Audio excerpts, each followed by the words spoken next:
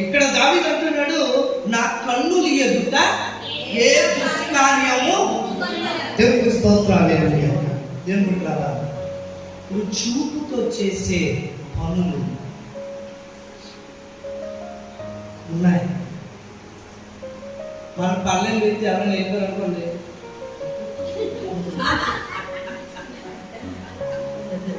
ఎవరైనా పాట పాడారు కదా అంట అలాంటి ఇక్కడ ఉన్నారు. అందుకే నవ్వుతారు. అర్థమైపోతుంది. దేవునికి స్తోత్రం. హల్లెలూయా. ఎవరైనా మనకి కష్టపడగా కుటుంబం భోజనాలు పెడుతుంది. ఎంత బిర్యానీ వేసుకున్నప్పుడు, ఎంత వైట్ రైస్ వేసుకున్నాం, ఇంకొక అంటే అర్థమైంది.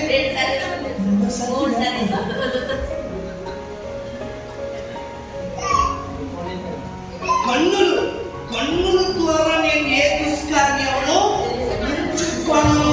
దేవునికి స్తోత్రం. అది ఒకటే కాదు, మోహపు చూపులు.